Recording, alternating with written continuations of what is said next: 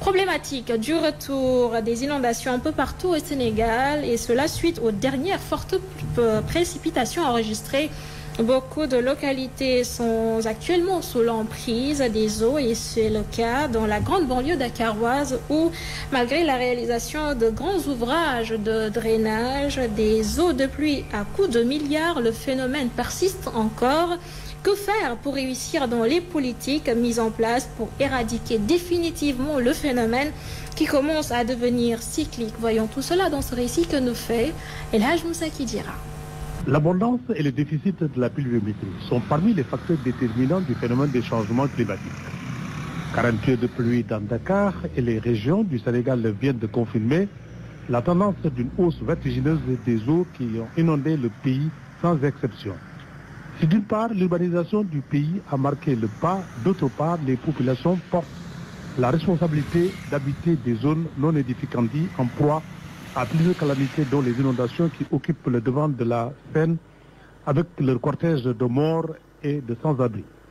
N'oublions pas d'autres effets collatéraux, notamment la pauvreté qui s'installe gaillardement à pas cadencés avec un déficit alimentaire et criard, des maladies hydriques endémiques par endroits, combinées aux maladies épidémiques toujours à la recherche d'environnements favorables pour développer bactéries et virus en multiplication. Dès lors, autant les responsabilités sont partagées État-population, favorisant les inondations aux conséquences fâcheuses, autant l'État et les populations doivent combiner leur volonté de lutter ensemble pour bouter les inondations hors du cadre de vie. Et pour gagner un tel pari, parmi les solutions, il faut que les populations évitent les occupations anarchiques, les collectivités territoriales d'arrêter les attributions non maîtrisées des terrains d'habitation, mais aussi l'État doit définir une bonne politique nationale d'urbanisation, un plan d'éradication des inondations, une utilisation efficiente et rigoureuse des fonds garantissant les résultats attendus. Et si le chef de l'État s'interroge où sont passés les 750 milliards destinés au plan national de lutte contre les inondations, il y a problème. Mais à quel niveau? Visitez les quartiers de El Hadj Pathé à Keur Massar, les Parcelles Assainies toujours à Keur Massar, la cité Mame Dior, le quartier Grand Yoff, la cité religieuse de Cambérène, les différents quartiers de Rufisque et d'autres zones de la banlieue impactées par le terre.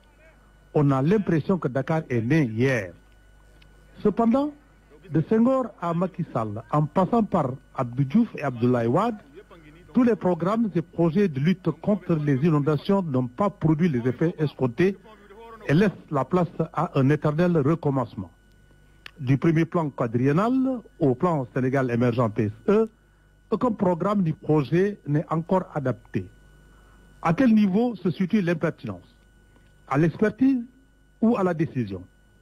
Donc, réfléchissons ensemble et agissons ensemble pour aider les populations dont la souffrance perdure.